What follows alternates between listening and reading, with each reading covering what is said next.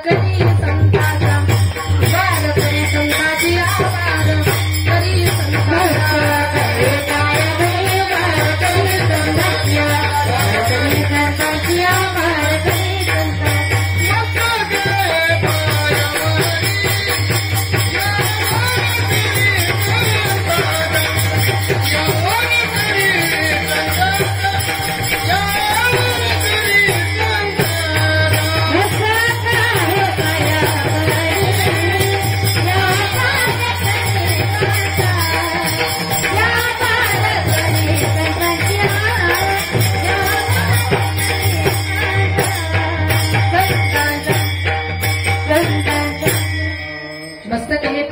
वारकरी संताची प्रसंगी कीर्तन रूपी सेवेकरता निवडलेला भंग संत सम्राट वैराग्याची मूर्तिमंत पुतळी वारकरी संप्रदायाचे कळस विश्ववंदनीय श्रीमंत तुकोबारायांचा चार चरणाचा संतपर प्रकरणातला तुमच्या आमच्या सर्वांच्या परिचयाचा गोडाचा भंग आजच्या या कीर्तन रूपी सेवेकरता निवडला. विधान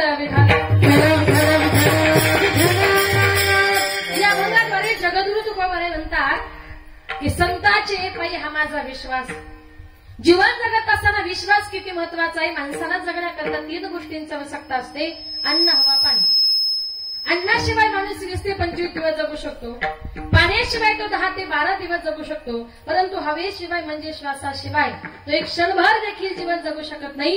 की ज्याप्रमाणे जीवन जगण्याकरता माणसाला जशी श्वासाची गरज त्याप्रमाणे या वारकरी संप्रदायामध्ये परमार्थ करत असताना विश्वासाची गरज. श्वास संपला की माणसाचं जीवन संपतं आणि विश्वास संपला की माणसाचा परमार्थ सुद्धा बुडाला. विधान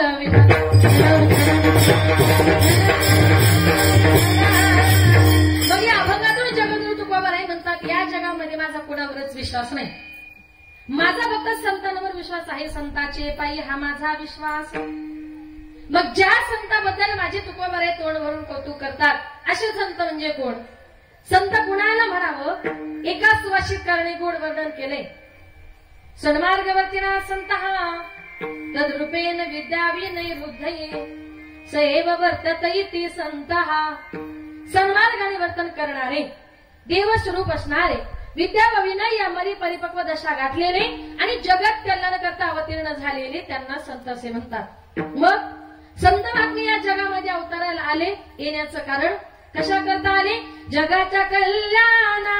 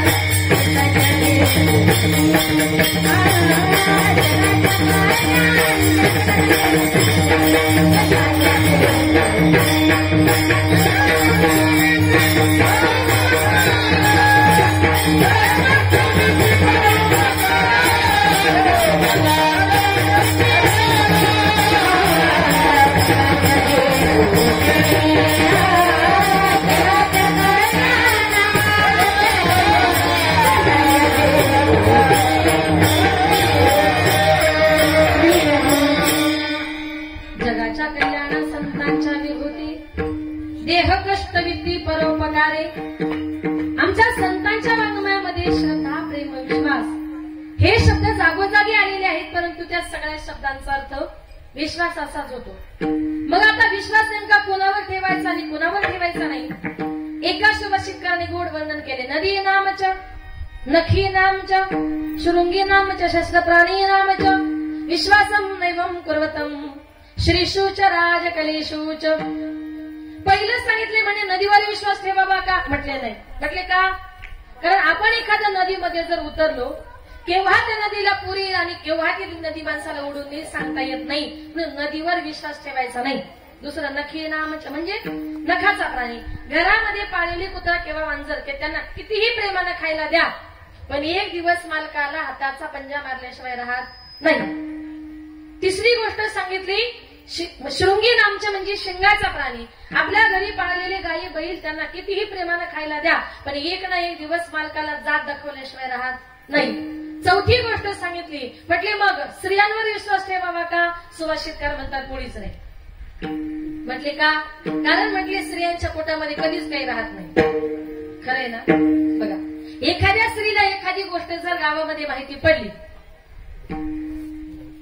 तिला माहिती पडली का तिला असं वाटतं कधी शेजारणी सांगते, अशी पळत पळत तिच्याकडे जाते आणि तिला म्हणते बाई तुला म्हणून सांगते बघ, तू जवळची म्हणून दुसरीला कळता कामा नाही.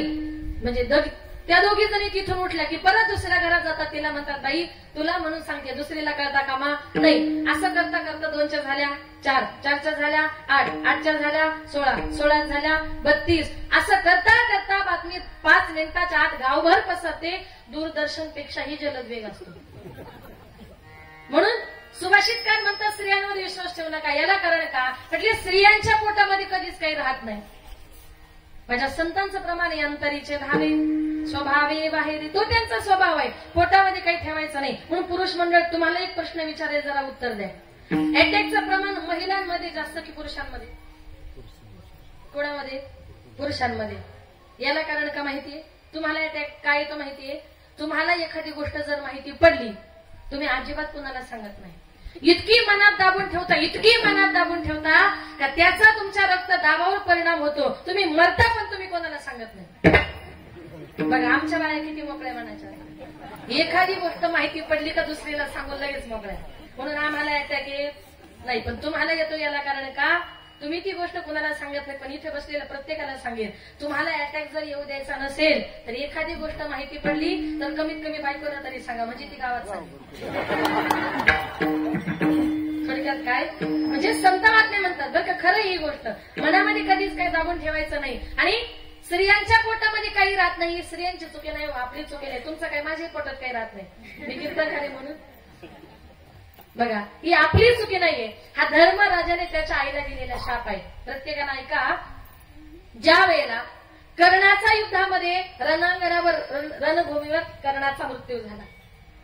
आता कर्णाचा मृत्यू झाल्यानंतर कुंती मातेला माहिती पडलं. कुंती माता पळत पळत गेली आणि कर्णाचं शिर उचललं, आपल्या मांडीवर घेतलं आणि कुंती माता धाई मोकलून रडायला सुरुवात केली.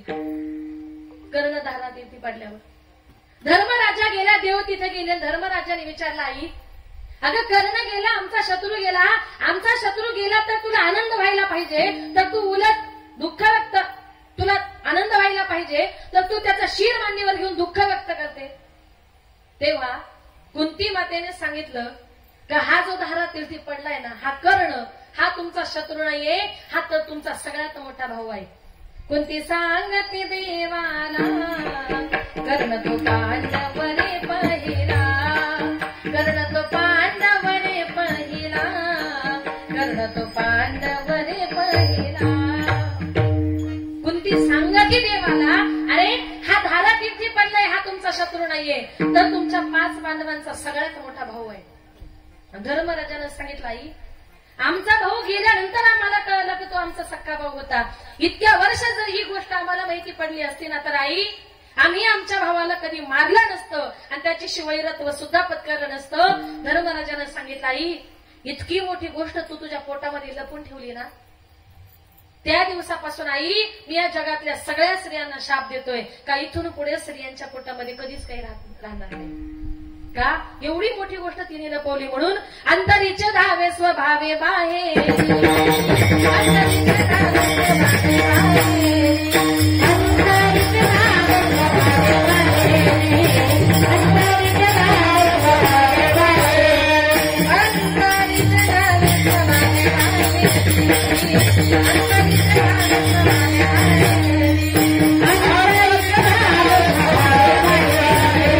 अंतरीचे धावे स्वभावे बाहेर,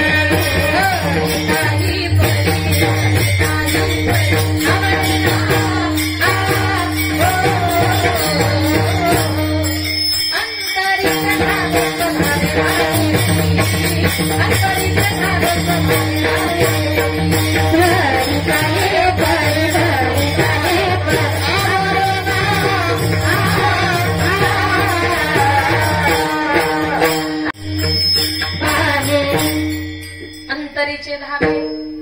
स्वभावे बाहेरी अंधरीता ही पर्यावरणा. म्हणजे आपल्या अंतरात्म्यातली गोष्ट कुणाला तरी सांगायची. याला कारण का, स्त्रियांच्या पोटामध्ये कधीच काही राहत नाही.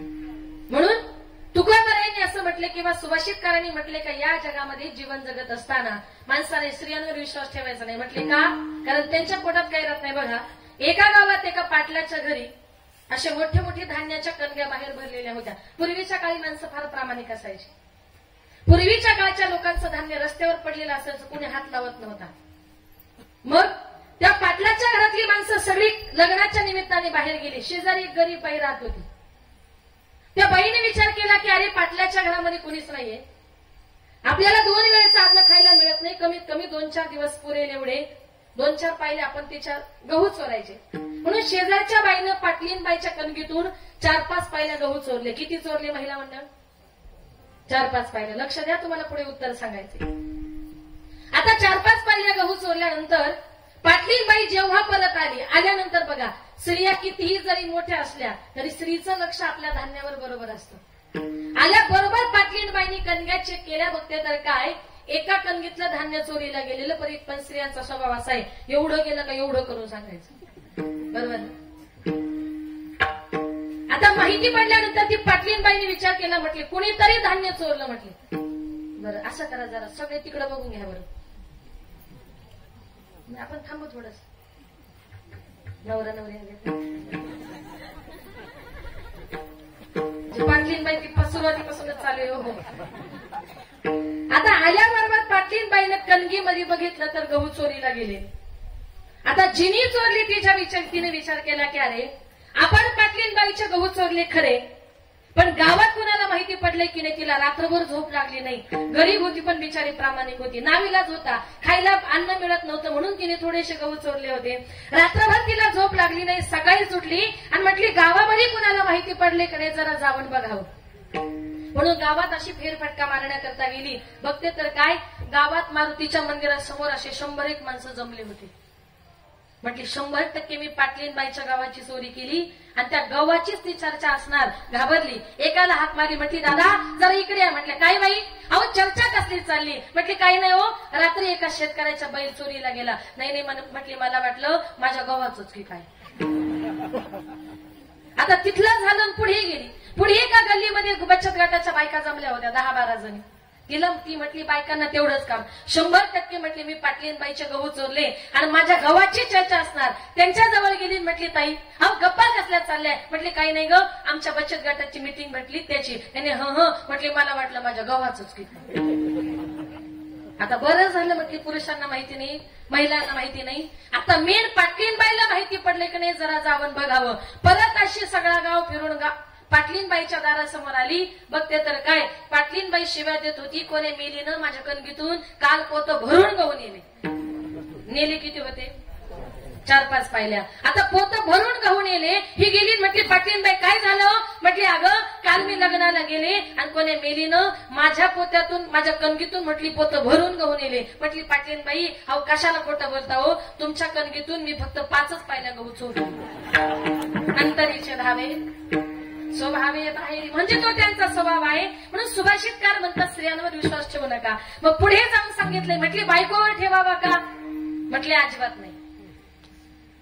का तर तुकोबारायांचं प्रमाण आहे बघा. तुकोबाराय म्हणतात जोपर्यंत नवरा बायकोला घरामध्ये सोनं नाणं पैसा कमी पडू देत नाही, तोपर्यंत बायको नवऱ्याचे सारखे पुढे पुढे करत असते. सदा शृंगार भूषणे कांतालवे बहुमाने. जोपर्यंत नवरा बायकोला घरामध्ये पैसा सोनं नाणं कमी पडू देत नाही, तोपर्यंत बायको नवऱ्याचं इतकं पुढे पुढे करते. त्यातल्या त्यात नवरा जर नोकरीला असेल ना, तिला माहिती आज त्याचा पगार आहे. पगाराच्या दिवशी तर अशी सोय करते, चहा देऊ का, पाणी देऊ का, कॉफी देऊ का, पोळी देऊ का, जेवायला देऊ का, नाश्ता देऊ का. 10 तारखेला तो म्हणतो का ग चहा झाला का, ती सांगते जरा दम नाही का. 20 तारखेला तो म्हणतो का ग डबा झाला का, ती सांगते मला रोज तेवढाच धंदा आहे का. म्हणजे अशी आपली बायको बघा. एकदा का नवीन नवरा बायकोचं लग्न झालं, पहिले 2 वर्ष ती नवीन असते ना, मग पहिले 2 वर्ष पती बोलतो, पत्नी ऐकते. नंतरचे 2 वर्ष पत्नी बोलते आणि पती ऐकतो. आणि तिथून पुढचे सगळेच वर्ष दोघही बोलतात आणि सारं गाव ऐकतो, इतकं बिघडत आणि पुढे एकदा का म्हातारे झाले, एकमेकाकडे अशा आडव्या नजरेने पाहतात, असे लाल डोळे करून पाहतात. त्यांच्यामध्ये एखादं उभं राहिलं ना, अहो जागेवर पेटल्याशिवाय राहणार नाही, इतका तिरस्कार. ऐका, जी बाई तरुणपणे नवऱ्याचं पुढे पुढे करते तीच बाई एकदा का नवरा म्हातारा झाला, घराच्या कोपऱ्याला बसला का त्याला मारायला देवाला नवस करते. काय म्हणते? बाईला म्हणे खरं मरता तरी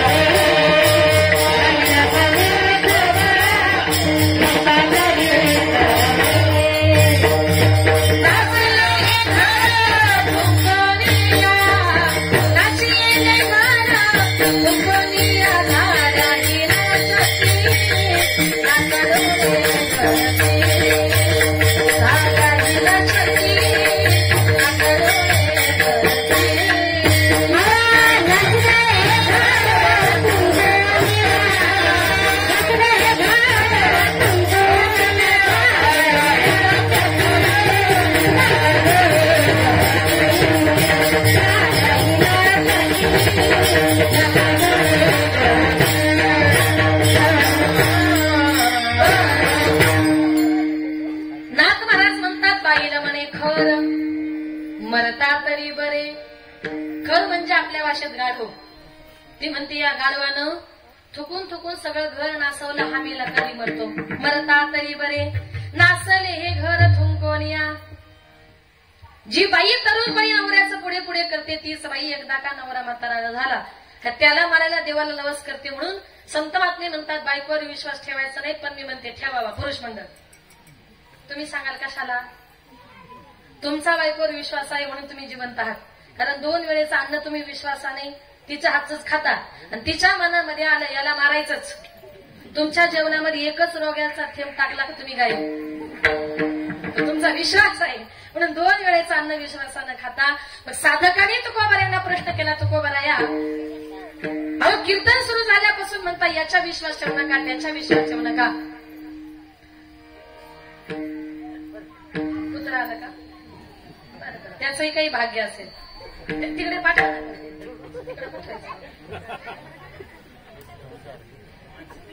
हा ना, त्याचं काहीतरी नशीब असेल. येऊ द्या येऊ द्या. नाही तर तुम्ही उद्या गावात सांगायला नको का रात्री वनिता ताईंच्या कीर्तनाला कुत्र सुद्धा नव्हतं, त्यांनी पण हजेरी लावली. असं मग साधकांनी तुकोबारायांना प्रश्न केला, म्हटले तुकोबाराया याच्या विश्वास ठेवू नका, त्याच्या विश्वास ठेवू नका असं म्हणता, नेमका आम्ही विश्वास कोणावर ठेवायचा? तर तुकोबाराय म्हटले या जगामध्ये माझा कोणावरच विश्वास नाहीये, माझा एकाच गोष्टीवर विश्वास आहे. पायी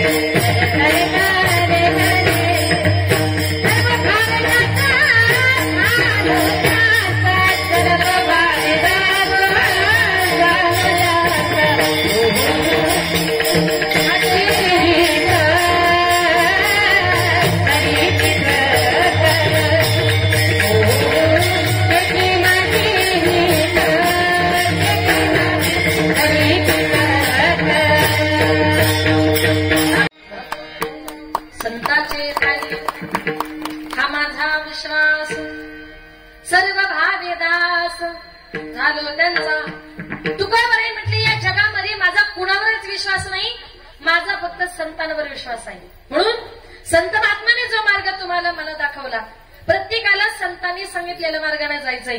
काही काही लोकांना जीवनामध्ये कधीच कोणाचं ऐकत नाही, पण संत महात्मे जे आपल्याला सांगतात, आपल्यापेक्षा वयानं ज्ञानानं मोठी असणारी माणसं ही नेहमीच आपल्याला चांगला मार्ग दाखवण्याचा प्रयत्न करतात, चांगला रस्ता दाखवण्याचा प्रयत्न करतात. म्हणून जीवन जगत असताना प्रत्येकाने जीवनामध्ये एक तरी गुरु करायला पाहिजे. कारण या जगामध्ये गुरु बिन कोण बतावे बा, बडा विकटाय मघा, गुरु बिन कोण बतावे बा. गुरुशिवाय आपल्याला रस्ता दाखवणारा कोणी नाही. म्हणून ज्ञानोबा हरिपाठामध्ये म्हणतात, गुरुविना अनुभव कैसा कळे. जीवन जगत असताना आमचे संत महात्मे तुम्हाला मला प्रत्येकाला ज्ञान देण्याकरता आले. जीवन जगताना आपल्या जवळ ज्ञान हवं, अज्ञान नको. अज्ञानपणामुळे काय होत आहे का, एका गावात एक मनुष्य रात्रंदिवस दारू प्यायचा, पण त्याचा मुलगा इतका हुशार का त्याने शाळेमध्ये 1ली पासून 10वी पर्यंत वर्गामध्ये कधीच 1 नंबर सोडला नाही. आता एक दिवस त्याच्या मुलाचा 10वीचा रिझल्ट होता, त्याच्या बापाने थोडीशी घेतली, कळतं ना, दिसलेली नाही बरं, त्याच्या बापाने थोडीशी घेतली, शाळेच्या गेटच्या बाहेर जाऊन थांबला. आता प्रत्येक मुलगा आपला रिझल्ट घेऊन येऊ लागला. त्याने एका मुलाला विचारलं, बाळा तुझा किती नंबर आला? त्यानं सांगितलं, काका माझा 20 नंबर आला. दुसरा मुलगा आला, किती नंबर आला? माझा 15 नंबर आला. तिसरा मुलगा आला, किती नंबर आला? माझा 12 नंबर आला. आता याचाच मुलगा आला. तो म्हटलं, बाप म्हटला, मग पिंट्या वर्गामध्ये काय दिवे लावले? तो पिंट्या नाचू लागला, उड्या मारू लागला. म्हटला, बाबा अहो सगळ्या वर्गामध्ये माझा 1 नंबर आला. तो बाप म्हटला, पिंट्या अरे लाज वाटत नाही का तुला? काय झालं बाबा? अरे लोकांच्या पोरांचे 15-15, 20-20 नंबर आणि तुझा फक्त 1च नंबर. याला कारण का, त्याच्याजवळ असलेलं अज्ञान. जीवन जगताना तुमच्याजवळ अज्ञान नको, तुमच्याजवळ काय पाहिजे? ज्ञान पाहिजे. संत महात्मे या जगामध्ये तुम्हाला मला ज्ञान देण्याकरता आलेत. मग साधकांनी तुकोबारांना प्रश्न केला, तुकोबाराय तुमचा संतांवर विश्वास आहे, तुमचा देवावर विश्वास नाही का? तुकोबाराय म्हटले, माझा देवावर विश्वास नाही. म्हटले का? कारण म्हटले देव स्वतः खोटे बोलतो. काय खोटं बोलला हो देव? बघा, युद्धभूमीवर भीष्माने प्रतिज्ञा केली होती का, देवा मी तुला शस्त्र हातामध्ये घ्यायला लावीनच. आणि देवानं प्रतिज्ञा केली होती का, भीष्मा मी हातामध्ये कुठलंही शस्त्र हातात न घेता लढेल. कौरव पांडवांचं युद्ध सुरू झालं. कौरवांनी पांडवांचा पराभव केल्याबरोबर देवाला असा राग आला. देवानं चालू रथातून उडी मारली आणि चाक घेऊन धावला त्या भीष्माचार्याच्या अंगावर. भीष्माने हातातले हातारे खाली टाकले, म्हटले, देवा बस, तुझी इथेच प्रतिज्ञा खोटी झाली. कारण तू म्हटला होता मी हातामध्ये कुठलेही शस्त्र हातात न घेता लढेल, पण तुम्हाला मारण्याकरता चाक उचललंस, तुझी प्रतिज्ञा इथे खरी झाली. पण देवानं जरी भीष्माला मारायला चाक उचललं, कशा करता माहितीये? भीष्मापण केला खरा धनुधरा रक्षिले, धनुधरा रक्षिले, धनुधरा रक्षिले. भीष्मापण केला खरा धनुधरा रक्षिले, धनुधरा रक्षिले, धनुधरा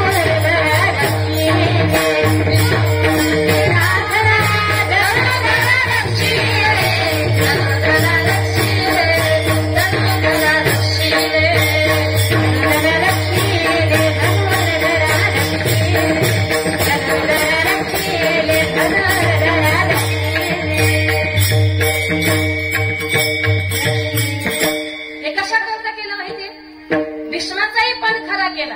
कारण देव कोणाचं वचन मोडत नाही.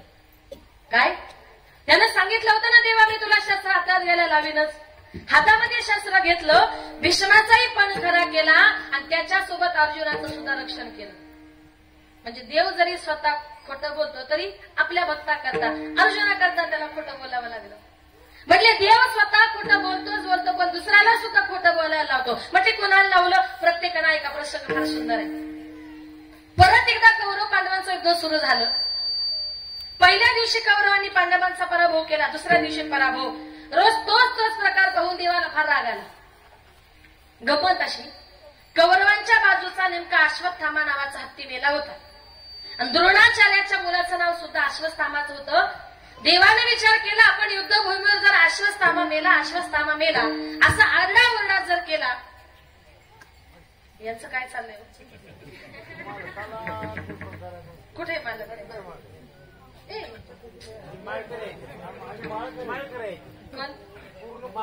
कुटुंब कुठे आहे? ते आले का? म्हणजे तुम्हाला शोधताय वाटतं. त्याला पण घालायची ना माळ? नाही होतो ना, एका गावात गेलो होतो, ते म्हटले आमचा पुत्र सुद्धा माळकरी. म्हटलं चांगली गोष्ट आहे. नाही आहे त्याचं काहीतरी म्हणून ते कीर्तनात फिरताय. सोपं नाही, नारदाच्या गादीवरून जातायत ते. बरोबर ना? बरं, आपण कुठपर्यंत आलो होतो? चिखलगोळला. त्यानं विचार केला, आपण जर सगळीकडे आरडाओरडा केला, अश्वत्थामा मेला, द्रोणाचार्याला वाटेल माझाच मुलगा मेला, द्रोणाचार्य हातातली हत्यारे खाली टाकून देतील, पांडवांना शरण येईल, जेणेकरून पांडवांचा विजय होईल. देवाने युद्धभूमीवर सगळ्या लोकांना सांगून ठेवलं होतं, तुम्हाला जर द्रोणाचार्यांनी विचारलं माझा अश्वत्थामा मेला, सगळ्या लोकांनी सांगायचं हो तुझा अश्वत्थामा मेला. पण मेला कोण होता? अश्वत्थामा नावाचा हत्ती, मुलगा नाही. देवाने युद्धभूमीवर आरडाओरडा केला, अश्वत्थामा मेला. सगळ्या लोकांनी आरडाओरडा केला. द्रोणाचार्याला वाटलं माझाच मुलगा मेला. द्रोणाचार्य हतबल झाले, रडू लागले, प्रत्येकाला विचारू लागले माझा अश्वत्थामा मेला. सगळ्या लोकांनी सांगितलं हो तुझा अश्वत्थामा मेला. पण द्रोणाचार्य म्हटले सगळे लोक खोटं बोलतील, पण पूर्वीच्या काळी एकच मनुष्य असा होता का तो आपल्या आयुष्यामध्ये कधीच खोटं बोलला नव्हता. त्यांचं नाव धर्मराज. सगळे लोक खोटं बोलतील म्हटले, पण माझा धर्मराज काय खोटं बोलणार नाही. जातो आणि धर्मराजाला विचारतो. म्हणून द्रोणाचार्य धर्मराजाकडे जायला निघाले, पण त्याच्या अगोदर देव पळत पळत तिथे हजर. द्रोणाचार्याच्या पुढे सांगितलं, धर्मा आता तुझ्याकडे द्रोणाचार्य येतील आणि तुला जर द्रोणाचार्याने विचारलं माझा अश्वत्थामा मेला, तर तू सरळ सांगायचं हो तुझा अश्वत्थामा मेला. द्रोणाचार्य म्हटले देवा मी खोटं बोलणार नाही. देव म्हटले धर्मा तुला खोटं बोलावंच लागेल. देवा जन्माला आल्यापासून एकदाही खोटं बोललो नाही. देव म्हटले धर्मा आजच्या दिवस तरी तुला खोटं बोलावं लागेल. धर्मराजे म्हटले नाही देवा. देव म्हटले धर्मा तुला खोटं बोलायचं नाही ना? म्हटले नाही. मग तू असं कर, अश्वत्थामा मेला आणि मनात मन हत्ती. धर्मराजे म्हटले देवा मनात वगैरे बोलणार नाही, मी मोठ्यानं म्हणेन अश्वत्थामा मेला हत्ती. मग देव म्हटले तू माझं ऐकत नाही देवा. मग तू हत्ती कसा म्हणतो ना हेच मी बघतो म्हटले. दोघांचं बोलणं चालू, तेवढ्यात द्रोणाचार्य आले म्हणून देव बाहेर निघून गेले आणि दरवाजाच्या बाजूला लपून बसले. द्रोणाचार्य रडू लागले, पाया पडले, धर्मा माझा अश्वत्थामा मेला. धर्मराजाने सांगितलं हो अश्वत्थामा मेला. हत्ती म्हणायच्या वेळेला देवाने दरवाजामध्ये मोठ्यानं शंख वाजवला. धर्मराजाने 2-4 वेळा हत्ती म्हणण्याचा प्रयत्न केला, पण देवाने द्रोणाचार्याला हत्ती हा शब्द ऐकून दिला नाही. ही संधी साधून अर्जुनानं लगेच धर्मराजाला बाण मारला. वैकुंठाला 2च व्यक्ती गेला, म्हणजे तुकोबराय आणि धर्मराज. पण धर्मराजाला नेताना मागच्या दारात नेण्यात आलं, कारण मागच्या दारात नेहमी चोर येत असतो. आणि ऐका, मागच्या दारात नेता धर्मराजाच्या डाव्या पायाचा अंगठा गळून पडला. का गळून पडला माहितीये? धर्मराजे आपल्या आयुष्यामध्ये फक्त एकदा खोटे बोलले. मुखे नारायणे धर्मा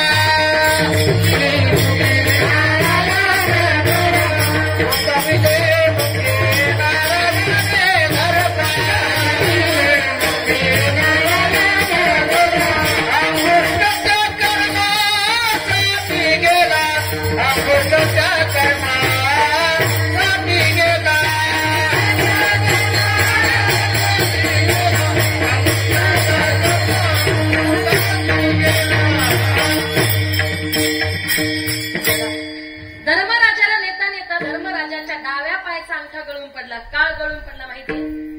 धर्मराजे आपल्या आयुष्यामध्ये फक्त एकदाच खोटे बोलले होते, बरं स्वतःही खोटे बोलले नव्हते.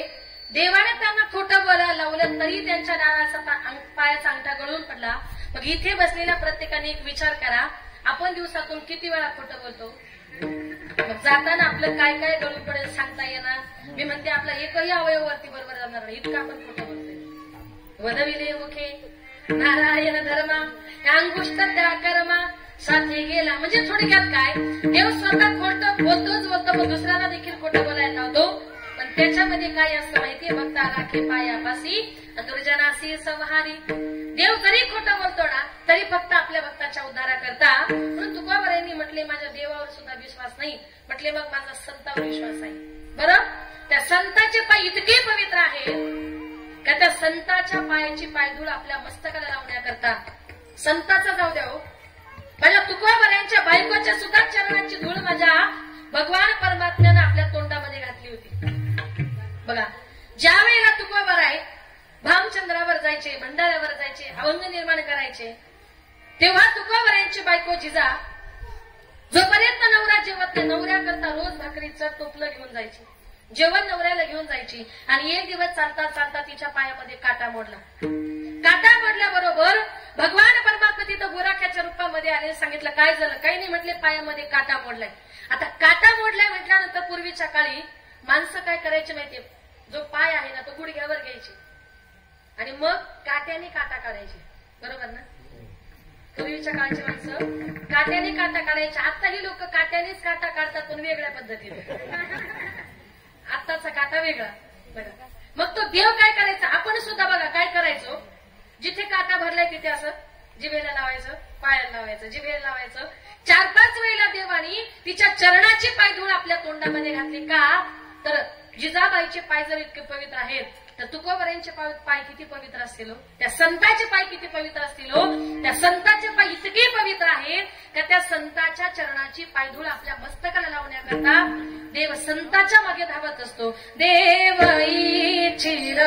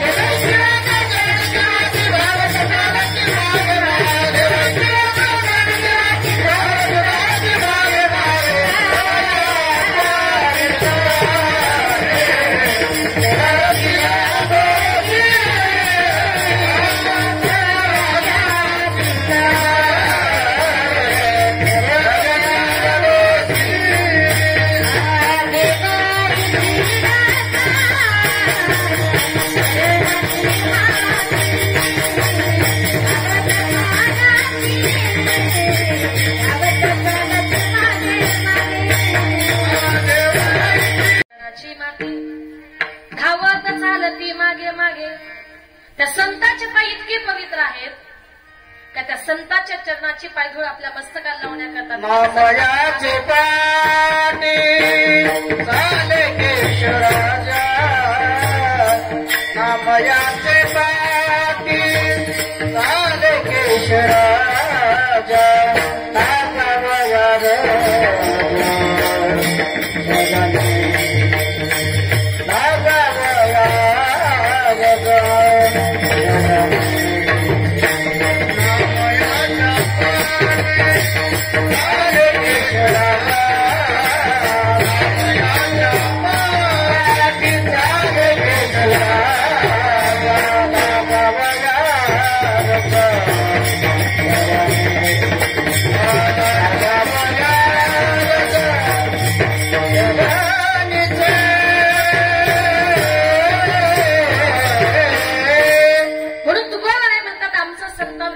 संताचे पायी हा माझा विश्वास, म्हणून मी त्या संताचं सर्व भावने दास झालो, सर्व भावे दास झालो त्यांचा, मी त्या संताचा दास झालो. याला कारण का आपल्या जीवनाचं हित कशामध्ये आहे हे आमच्या संतांना पूर्णपणे माहित आहे. अभंगाचे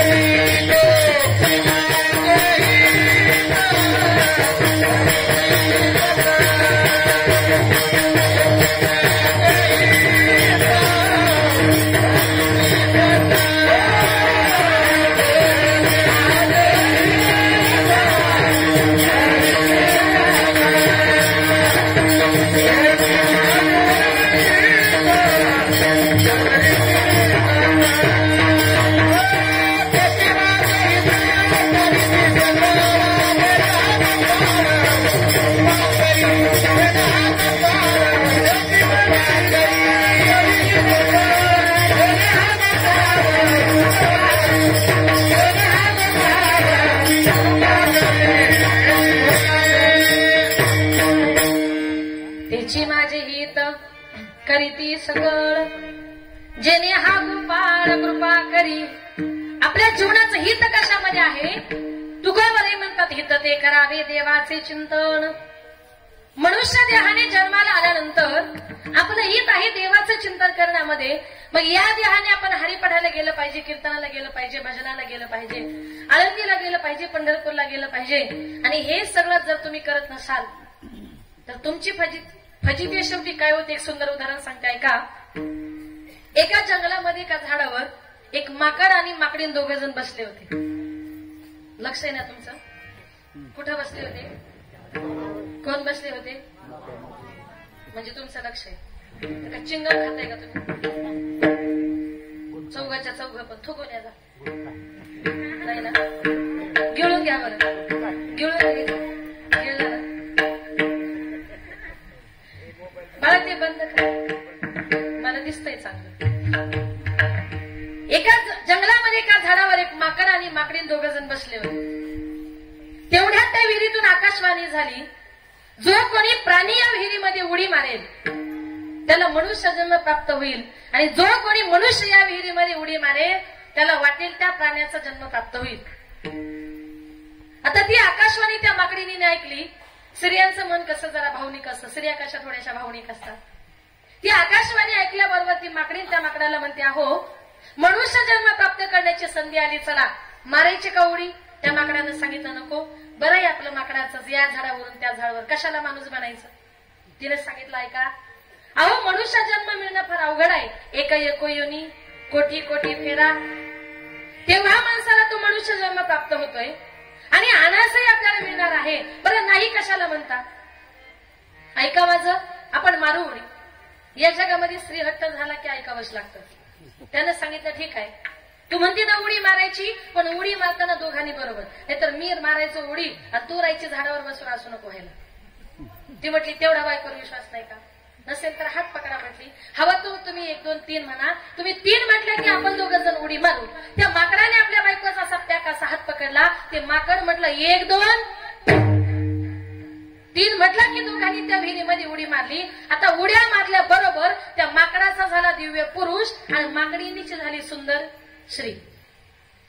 दोघे जण त्या विहिरीच्या वरती आले, एकमेकांची प्रशंसा करू लागले. तिने सांगितलं, हो प्रशंसेचं राहू द्या, इतका सुंदर मनुष्य देह प्राप्त झालाय ना, चला पटकन कुठेतरी जाऊ, एखादा गुरु करू, गळ्यामध्ये माळ घालू, हरिपाठाला काय, कीर्तनाला काय, भजनाला काय, आळंदीला काय, पंढरपूरला काय, आणि उरलेल्या जन्मामध्ये या संपूर्ण मनुष्य देहाचं सार्थक करून घेऊ. तिच्या नवऱ्याने सांगितलं, अगं तुझ्या सांगण्यावरून माकडाचा माणूस झालो आणि आता तू म्हणते गळ्यामध्ये माळ घालायची, हरिपाठाला जायचं, कीर्तनाला जायचं, भजनाला जायचं, म्हणजे खाणं पिणं सगळं बंद करायचं. म्हटलं माझ्याच्यानं ते काही बंद होणार नाही. ती म्हटली आता किती खाता, अर्ध्याला जास्त आयुष्य निघून गेलं, आता तरी माळ घाला. कितीतरी बायका नवऱ्यानं सांगतात, पण ते माकडं ऐकत. माकडाबद्दल बोलते बरं, माणसाबद्दल नाही. तुम्ही कृपया गैरसमज करू नका. शेवटी ती माकडाच, ती ऐकायला तयार नाही. ती म्हटली ऐका, नका मारू उडी. नाही नाही म्हटलं माझं माकडाचंच बरं आहे, तुम्हाला माळ घालायला लावशीलच. ती म्हणायची ऐका, नका मारू उडी. त्याने काही बायकोच ऐकलं नाही आणि त्याने जे विहिरीमध्ये उडी मारली, उडी मारल्याबरोबर माणसाचं झालं परत माकड. आता ऐका पुरुष लोक मंडळ, जे पुरुष लोक बायकोचं चांगलं ऐकत नाही, एक दिवस त्यांचं माकडच होतं. चांगलं म्हटलं बघ का, सगळं नाही. त्यानं तेच ऐकलं नाही, त्याचं माकड झालं. ते माकड विहिरीच्या वरती आलं. आता विचार करा, त्याची बायको म्हणजे सुंदर रूपवान स्त्री आणि तिचा नवरा ते काळं वांदर. कसं दिसत असेल, जोडा कसा दिसत, फक्त कल्पना करा. तेवढ्यात तिथल्या जंगलाचा राजा तिथे फिरण्याकरता आला आणि त्या राजाने बघितलं, म्हटलं अरे इतकी सुंदर स्त्री आणि माकडाच्या बरोबर गप्पा मारते, तिच्या जीवाला धोका आहे. म्हणून तो राजा पळत पळत आला. त्यानं त्या स्त्रीच्या बोटाला धरलं आणि तिला घेऊन आपल्या राजवाड्याकडे गेला. ते माकड पाठीमागून रडत होतं, उड्या मारत होतं, सांगत होतं राजेसाहेब ती माझी बायको आहे, नेऊ नका तिला, मी तुमच्या पाया पडतो, ती माझी बायको आहे. आता मला सांगा, माकडानं किती सांगितलं ही सुंदर बायको माझी आहे, मग माकडाला बायको मिळेल. म्हणून इथे बसलेल्या माईबापाने एक लक्षात ठेवा, आत्ताच्या काळामध्ये माकडांना बायका मिळत, लक्षात आलं का? आत्ताच्या काळामध्ये माकडांना बायका मिळत नाही. ज्या आई बापाला आपल्या मुलाचं चांगलं व्हावं असं जर वाटत असेल तर आपला मुलगा रात्री बेरात्री घराच्या बाहेर काय करतो, उशिरा घरी काय येतो, याच्या पाठीमागची कारणं शोधा. आणि जर तुम्ही त्याची चौकशी जर केली नाही तर तुमची फजिती सुद्धा त्या माकडासारखीच होणार. माझे नाथ बाबा म्हणतात, हे जरी नाही काल हे जरी नाही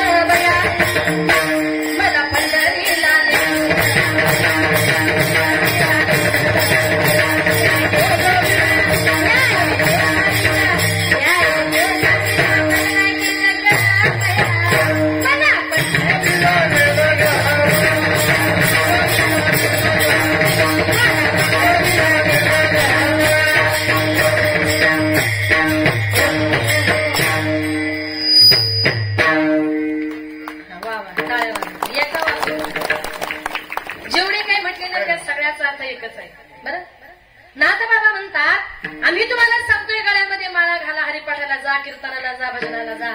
आणि एवढंही सांगून जर तुम्ही आमचं ऐकत नसाल तर हे जरी नाही काल मग दुसरं येईल सरते शिवदेवा काळ बांधून नेईल एका जनावरी आमचे काय माझा येईल पिंगळा पिंगळा पिंगळा पिंगळा पिंगळा महाद्वारी बोले बोलत देखा पिंगळा महाद्वारी.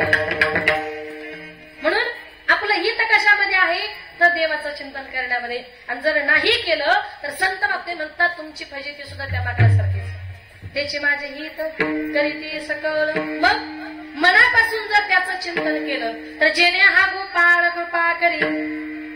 माझा भगवान परमात्मा आपल्या भक्तावर कृपा केल्याशिवाय राहत नाही. कृपा करतो म्हणजे काय करतो माहितीये, त्या देवाचा स्वभाव असा आहे मनापासून जर त्याचं चिंतन केलं तर सुख ठेवी आम्हासाठी आणि दुःखापणची घोटी. जेवढं सुख आहे तेवढं आपल्या भक्ताजवळ ठेवतो आणि भक्ताचं जेवढं काही दुःख आहे ते माझा भगवान परमात्मा प्राशन करतो. बघा पटण्याकरता तुम्हाला उदाहरण सांगते. एक दिवस रुक्मिणी आईसाहेब अशा डोक्याला हात लावून बसल्या होत्या. तेवढ्यात तिकडून सत्यभामा माता आली आणि सत्यभामेने विचारलं म्हणे आईसाहेब डोक्याला हात लावून बसण्याचं कारण. रुक्मिणी आईसाहेबांनी सांगितलं अगं आपले मालक सकाळपासून कुठेतरी गेलेत, मी त्यांची वाट बघते, ते अजून आले नाही, तू त्यांना कुठे बघितलं का. सत्यभामेने सांगितलं हो म्हटली मी आपल्या मालकांना बघितलं. म्हटली मी अशी बाहेर फेरफटका मारायला गेले होते, मी आपल्या मालकाला बघितलं. म्हणे कुठे. म्हटले यमुनेच्या तीरावर. काय करत होते ऐका. देखीला गमाय यमुनेच्या तीरी देखीला गमाय यमुनेच्या तीरी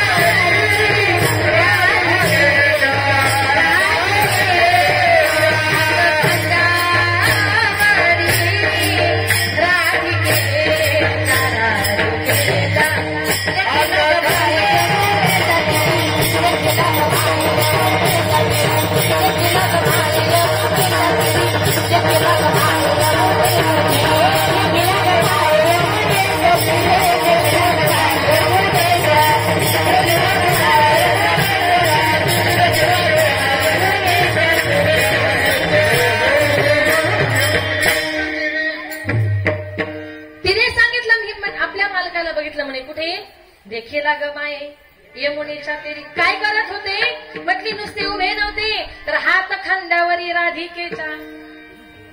आता राधेच्या खांद्यावर हात ठेवून उभे आहेत असं म्हटल्यानंतर रुक्मिणी आईसाहेबांच्या तळपायच्या मस्तकामध्ये गेली. लगेच गायनं गेल्या राधे करता पत्र पाठवलं राधे संध्याकाळी जरा पाहुणचाराला ये. आता पाहुणचार रागाचा होता की प्रेमाचा. राधेच्या मनामध्ये काहीच नाही. आईसाहेबांचं पत्र आलं, राधा आली. आल्याबरोबर राधा बसली. आईसाहेबांनी तिला पाणी दिलं. राग व्यक्त करायचा होता म्हणून चुलीवर दूध उकळायला ठेवलं. इतकं दूध उकळलं, इतकं दूध उकळलं.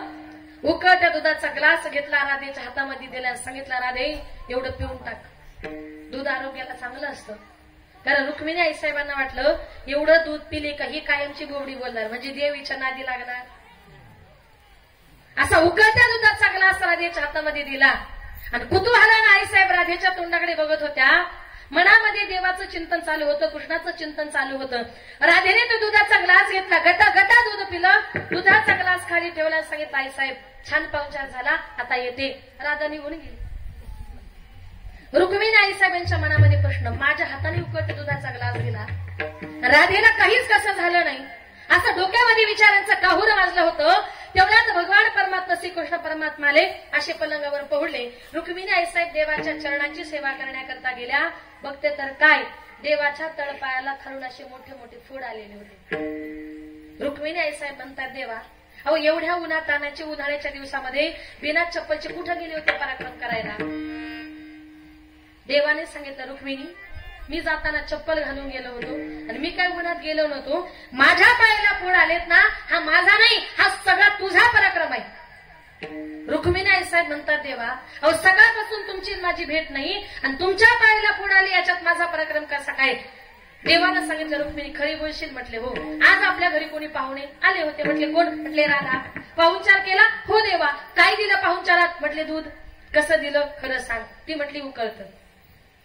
देवानं सांगितलं रुक्मिणी तू माझ्या राधेला उकळत्या दुधाचा ग्लास दिला पण त्या राधेचं माझ्यावर इतकं प्रेम आहे इतका भाव आहे का राधेने माझे चरण तिच्या हृदयात ठेवले. ऐकलं का? माझे चरण हे राधेच्या हृदयामध्ये आहे आणि जेव्हा राधेने उकळत्या दुधाचा ग्लास पिला ना त्यावेळेला ते थेट तिच्या हृदयापर्यंत माझ्या चरणापर्यंत गेलं आणि त्याच्यामुळे फोड कुठे आले माझ्या चरणाला. रुक्मिणी आई साहेब म्हणतात देवा तुमचं बरं आहे आजार म्हशीलाने इंजेक्शन पखालीलं. म्हणजे थोडक्यात काय मनापासून जर त्याची भक्ती केली तर जेणे हा गोपाळ सुख ठेवी आम्हासाठी आणि दुःख आपणची गोटी जेणे हा गोपाळ कृपा करी. माझा भगवान परमात्मा आपल्या भक्तावर कृपा केल्याशिवाय राहत नाही. काही साधकांनी तुकोबरायांना प्रश्न केला तुकोबराया तुम्ही असं म्हणता की तुमचा देव भक्तावर कृपा करतो अहो कृपा करतो म्हणजे नेमकं करतो तरी काय? तर तुकोबराय म्हणतात तो पंढरीचा पांडुरंग परमात्मा इतका दयाळू आहे इतका मायाळू आहे की मनापासून जर त्याची भक्ती केली ना तर शिनल्या भागल्या भक्ताला कडेवर सुद्धा घेतो. अभंगाचे ती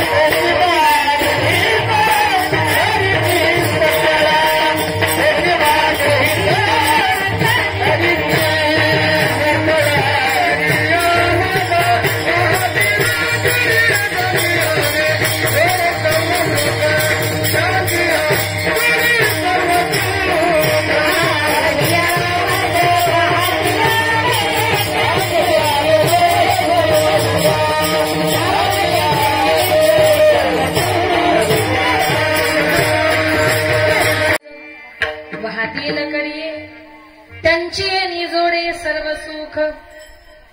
तुकोबराय म्हणतात तो देव इतका दयाळू आहे तो काय करतो शिल्ल्या भागल्या भक्ताला कडेवर घेतो. म्हटले कोणाला घेतलं सांगा तरी. बस सांगा ऐका.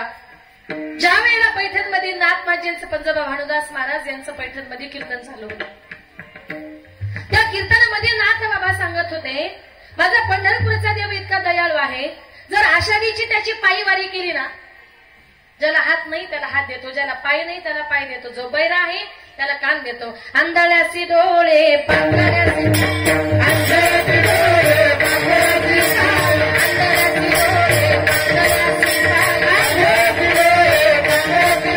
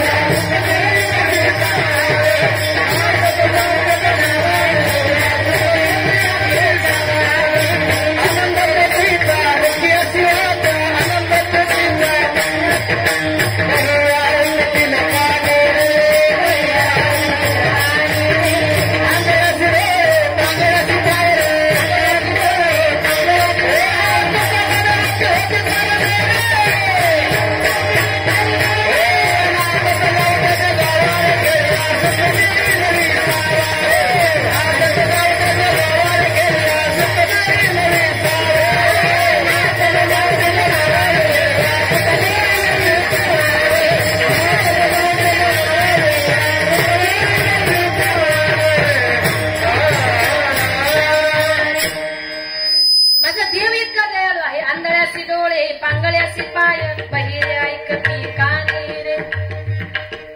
जो बहिरा आहे त्याला कान सुद्धा देतो. पण माणूस बहिरा कधी होतो माहितीये? आपल्या गावात सप्ताह चालू आहे. सप्ताहाच्या निमित्ताने तुम्ही पहाटे काकडा करता ना. मग मंदिराच्या आजूबाजूला सगळ्यांचं नाही सांगत बरं का, तुमच्या गावात तर अजिबात नाही. मंदिराच्या आजूबाजूला काही लोकांची घरं असतात. ती लोक इतके नास्तिक असतात. काकड्याचा आवाज आला, कीर्तनाचा आवाज आला की कानामध्ये अशी पॅक बोट घालतात. म्हणतात 11 वाजले तरी अजून यांचं चाललंय. ते काय करतात माहितीये? देवाचं नामचिंतन ऐकायचं म्हणून कानामध्ये बोट घालतात. देव म्हणतात बाबा अरे इतका चांगलं कीर्तन चाललंय, इतका चांगला काकडा चाललाय, आणि तुला जर माझं नामचिंतन ऐकायचं नाही ना तर कानामध्ये बोट घालायचे कष्ट तरी कशाला घेतो? मग देव काय करतो माहितीये? त्याच्या कानाचे पडदेच बंद करतो. त्याच्यामुळे बैरा झालो या जगी, बैरा झालो या जगी. कशामुळे? नाही ऐकले हरी कीर्तन, नाही केले पुराण श्रवण. ज्यानं कधी कीर्तन ऐकलं नाही, कधी भजन ऐकलं नाही, पलटा माणूस बैरा होता. एकदा का माणूस बैरा झाला, तो त्याला काय सांगतो, तो त्याला काय सांगतोय, कुणाचंच कोणाला काही कळत नाही. बघा एक सुंदर उदाहरण सांगते. एका गावात एक बहिरा मेंढपाळ राहत होता. मेंढ्या चालण्याकरता शेतावर गेला. 2-3 तासांनी उठून इकडे तिकडे बघितलं, मेंढ्या काही दिसत नाही. बरं कुणाला विचारावं अशी परिस्थिती नव्हती. बऱ्याच अशा अंतरावर चालत गेला आणि त्याला तिथे एक शेतकरी दिसला. त्यांनी विचार केला या शेतकऱ्यानं माझ्या मेंढ्या बघितल्या असतील, म्हणून तो त्या शेतकऱ्याच्या जवळ गेला. आता हा मेंढपाळ कसा होता? कानाने बैरा होता. आणि ज्या शेतकऱ्याला आपल्या मेंढ्या विचारायला गेला तो शेतकरी होता बहिरम सोसायटीचा अध्यक्ष. लक्षात आलं का? म्हणजे तोही बहिराच होता. आता हा बहिरा त्या बहिऱ्याच्या जवळ गेला, त्याला म्हणतो काय रे शेतकरी दादा, माझ्या मेंढ्या ह्या रस्त्याने गेल्या का? असं हात करून विचारला.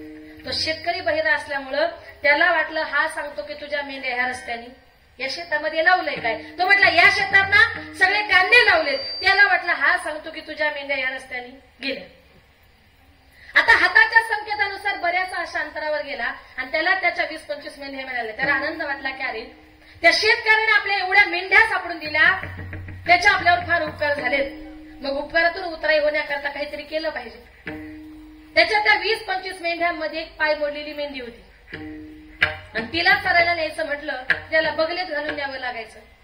त्यांनी विचार केला का त्याला जर बक्षीस म्हणून दिलं त्या शेतकऱ्याला तर हिला सांभाळायचा ताणही जाईल आणि त्याच्या उपकारातून उतराई हो. म्हणून त्या मेंढपाळाने काय केलं माहितीये? की पाय मोडलेली मेंढी आपल्या बगलेमध्ये घातली. त्या शेतकऱ्याकडे आला आणि म्हटलं शेतकरी दादा अरे तू माझ्या एवढ्या 20-25 मेंढ्या सापडून दिल्या म्हणून तुला ही मोडकी मेंढी बक्षीस म्हणून घे. आता तो शेतकरी बहिरा असल्यामुळं त्याला वाटलं हा सांगतो का तू माझ्या मेंढ्याचा पाय मोडला.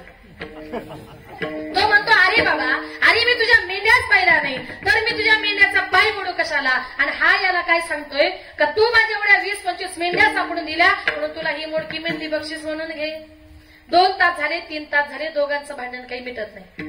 भांडण मिटत नाही ना, पण चला गावच्या पाटलाकडे. म्हणून दोनही बहिरे भांडण मिटण्याकरता गावच्या पाटलाकडे गेले. आता ज्या गावच्या पाटलाकडे भांडण मिटवायला गेले तो गावचा पाटील होता बहिरम सोसायटीचा चेअरमन. लक्षात आलं ना? म्हणजे तोही बहिरा होता. पण गंमत अशी पाटलाची त्याच्या बायकोची भांडण होऊन पाटलाने त्याच्या बायकोला घराच्या बाहेर काढून दिलं. पाटलाची बायको घराच्या बाहेर गेली आणि तेवढ्यात ते 2 बहिरे घरात गेले. एक जण म्हटला पाटील साहेब यानं माझ्या एवढ्या 20-25 मेंढ्या सापडून दिल्या म्हणून मी याला ही मोडकी मेंढी बक्षीस देण्यासाठी आलो. दुसरा म्हटला पाटील अहो मी याच्या मेंढ्याच पाहिला नाही तर मी याच्या मेंढ्याचा पाय मोडू कशाला. पाटील म्हटला तुम्ही दोघांनी मला कितीही जरी सांगितलं पण मी काय माझ्या बायकोला घरात घेणार. इतका दाखवला समजले भगवान परमात्म्याने दिले. म्हणून आंधळ्यासी डोळे पांगळ्यासी पाय हेच कीर्तन कुर्मदास नावाचे गुरु ऐकत होते ज्यांना हातही नव्हते पायही नव्हते. त्यांनी ठरवलं महाराजांनी सांगितले ना पंढरपूरची वारी केल्यावर देव माणसाला हाताने पाय देतो. मीही पंढरपूरची वारी करणार कसे हात नव्हते पाय नव्हते. असं लोळत लोटांगण घेत त्यानं पंढरपूरची वारी करायला सुरुवात केली.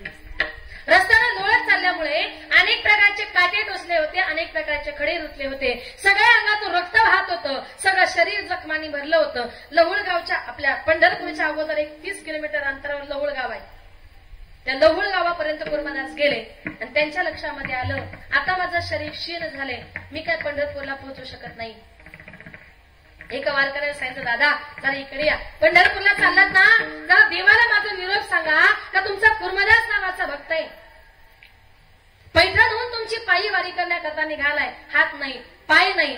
आता एवढ्या दिवस रस्त्याने चालून थकल्यामुळे त्याचं शरीर थकलंय, तो पंढरपूरला येऊ शकत नाही, पण पांडुरंगा तुम्हाला नमस्कार सांगितलंय. तो वारकरी पंढरपूरला गेला, चंद्रभागे स्नान बारीला लागला.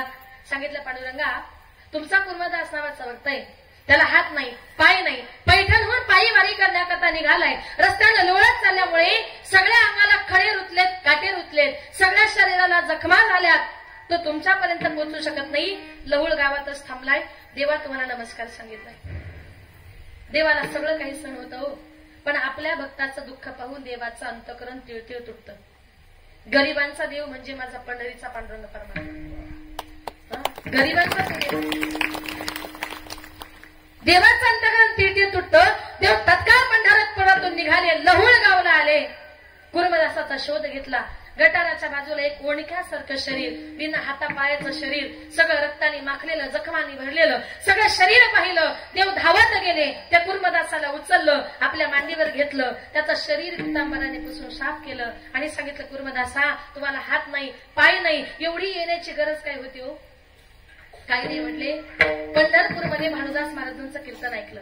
त्यांनी सांगितलं, पंढरपूरच्या पांडुरंगाची पायी वारी केली तर देव माणसाला हात आणि पाय देतो. देवा अरे जन्मापासून मला हातही नाही पायही नाही, सगळ्या लोकांना हातपाय आहे रे. मला वाटलं मलाही ते तुझ्याकडून मागून घ्यावेत, म्हणून पांडुरंगा तुला भेटण्याकरता निघालो होतो. तुझ्याकडून मला हातपाय पाहिजे होते, मग तुला हातपाय पाहिजे का? कुर्मदासाने सांगितलं, नाही देवा मला हातपाय नाही, तुम्ही स्वतः पंढरपुरातून मला भेटण्याकरता आलात. माझं शरीर इतकं क्षीण झालेलं, इतकं शरीर माखलेलं, तुम्ही उचलून मला मांडीवर घेतलं. आता ज्या सुंदर डोळ्यांनी पांडुरंगाला बघितले ना, या सुंदर डोळ्यांनी परत नाशिवंत जग पाहायचं नाही, हा नाशिवंत संसार सुद्धा पाहायचा नाही. पांडुरंगा माझी एकच इच्छा आहे का मला तुमच्या मांडीवरच मरण येवो. आणि त्या क्षणी कुर्मदासानी पांडुरंगाच्या मांडीवर आपला प्राण सोडला आणि त्याच लहुळ गावामध्ये स्वतः माझ्या पांडुरंग परमात्म्याने त्या कुर्मदासाचं स्मारक बांधलं. भागलिया मज वाहतील करिये त्यांची निजोडे सर्व सुख. माझा शेष आहे भगवान परमात्मा, इतका दयाळू आहे. तुका म्हणे शेष सेवी नावडी वचन नमोडी बोलिले ते. एकदा सर्वांनी मोठ्या प्रेमाने त्या पांडुरंगाचं भजन करा. विठोबा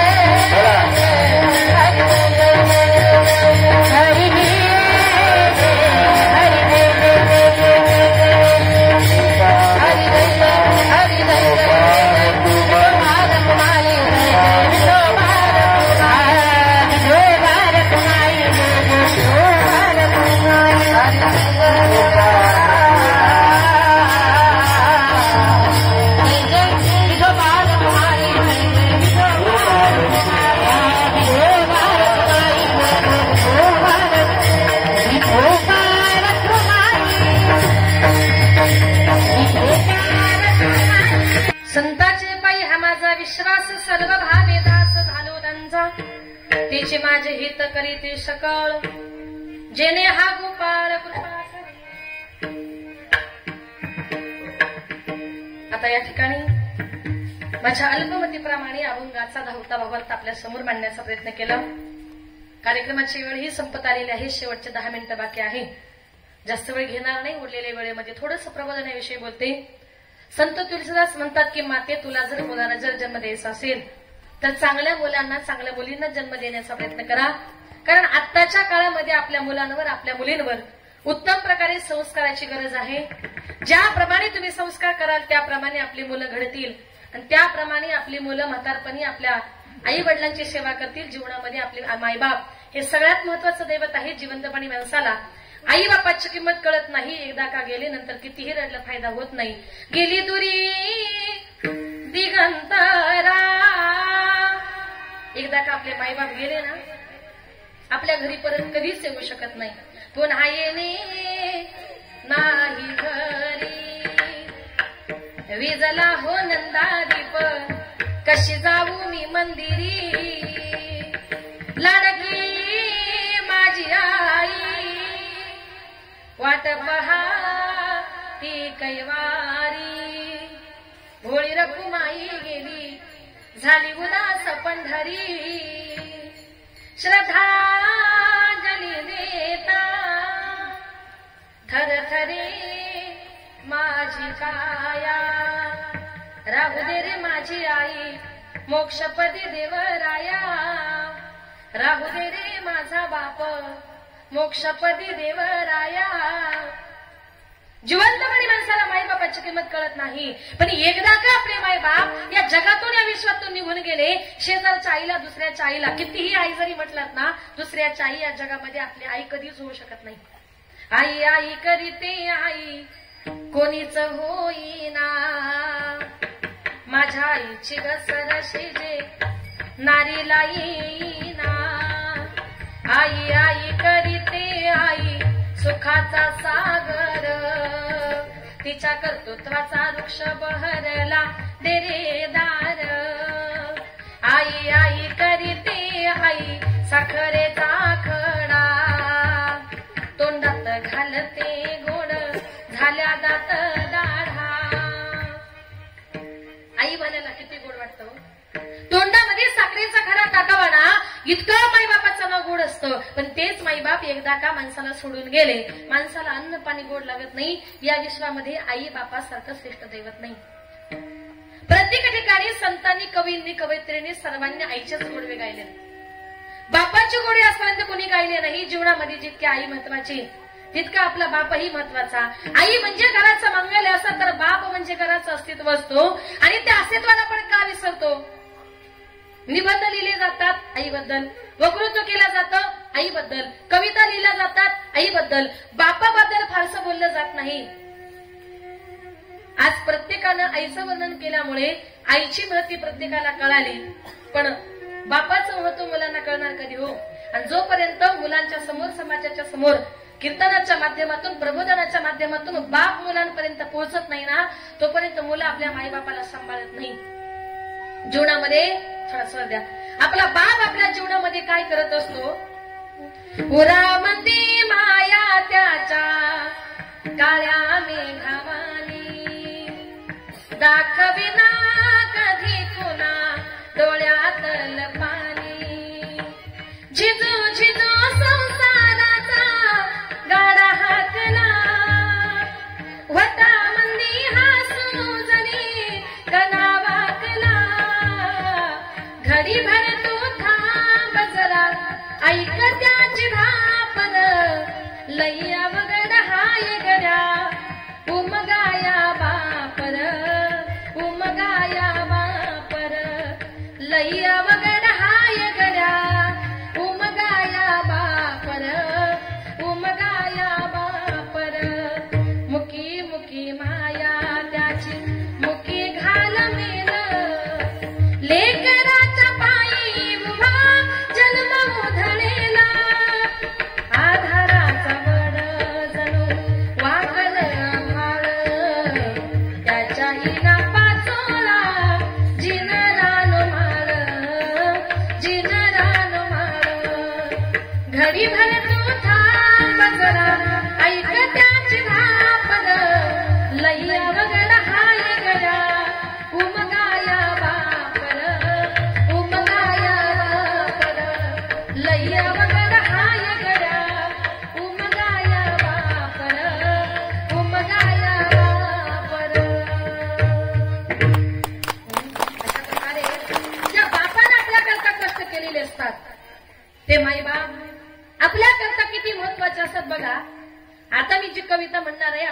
जे गीत म्हणणार आहे ते प्रत्येकाने लक्षपूर्वक ऐका. त्याचा शब्द फार महत्वाचा आहे. आणि जो ज्या मुलाच्या हृदयाला भिडेल ना तो कधीच आपल्या माईबापाला घराच्या बाहेर काढणार नाही. जीवनामध्ये आपला बाप किती महत्वाचा असतो ऐका. बाप नसतो कुणाच्या ध्यानी मनी, बाप माझा वेदनांचा धनी. बाप नसतो कुणाच्या ध्यानी मनी, बाप माझा वेदनांचा धनी. आई मायेचा सागर ही सत्य आहे कहाणी, पण दुर्लक्षित बापाच्या त्या व्यथा कुणीतरी जाणे. बाप नसतो कुणाच्या ध्यानी मनी, बाप माझा वेदनांचा धनी. आई तव्यावरची भाकरी, बाप तव्यावरचा पालिता, भाकरी करपू नये म्हणून चटके खाई माझा पिता. वेदना किती जरी झाल्या तो कुणाला सांगत नाही, फक्त गरजा परिवाराच्या तो पूर्ण करत नाही. दुःख लपवून हासतो वरवरुनी, बाप माझा वेदनांचा धनी. आई म्हणजे घराची भिंत, बाप आहे पाया घराचा, त्याच्या अंगावरती भार कुटुंब संसाराचा. पत्नीला जरीची साडी, नवे कपडे मुलांना आणून, बाप माझा गावभर फिरतो फाटलेली बनियन घालून. तुटकी चप्पल केसाला नाही फणी, बाप माझा वेदनांचा धनी. बाप गेल्यावरती कळेल कुंकवाचे मोल, मुलांना कळून येईल काय होता बापाचा रोल. बाप गेल्यावरती कळेल कुंकवाचे मोल, मुलांना कळून येईल काय होता बापाचा रोल. आई समजा रुक्मिणी माता, बापात विठ्ठल पहावा, या दोन दैवता पोटी पुन्हा पुन्हा जन्म मी घ्यावा. जपा त्यांना त्यांच्या म्हातारपणी, बाप माझा वेदनांचा धनी. आई मायेचा सागर ही सत्य आहे कहाणी, पण दुर्लक्षित बापाच्या त्या व्यथा कुणीतरी जाणी. बाप नसतो कुणाच्या ध्यानी मनी, बाप माझा वेदनांचा धनी. वेदनांचा धनी, वेदनांचा धनी. अशा प्रकारे ज्या माईबापाने आपल्यासाठी कष्ट केलेले असतात, म्हणून माईबाप गेल्यानंतर आपण कितीही जरी रडलं ना, नाही का, गेलेले माईबाप या जगामध्ये परत आपल्याला कधी दिसत नाही. म्हणून सगळ्या जगाला विसरा, माईबापाला कधी विसरू नका. माय बाप केवळ काशी, तेने न जावे तीर्थासी, सगळं तीर्थांची अधुरे.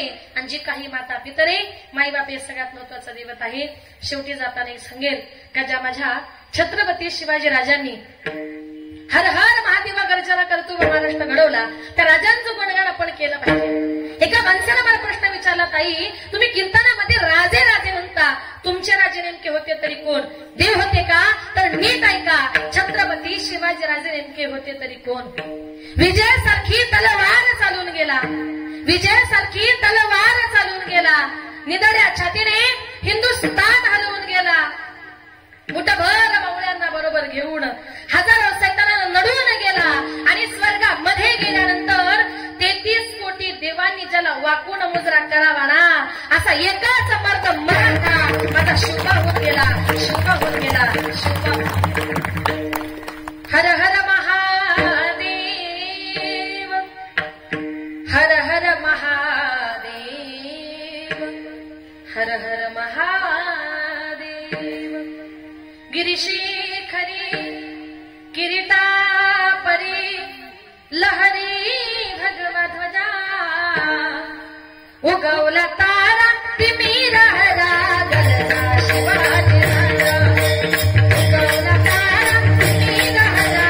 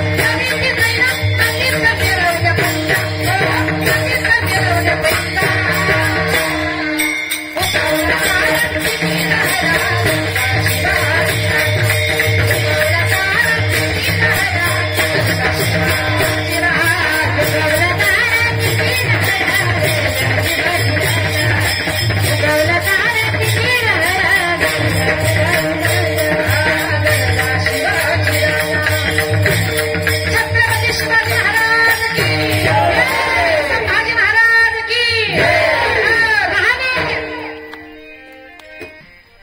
याही वर्षी आपल्या गावामध्ये चालत असलेला अखंड हरिनाम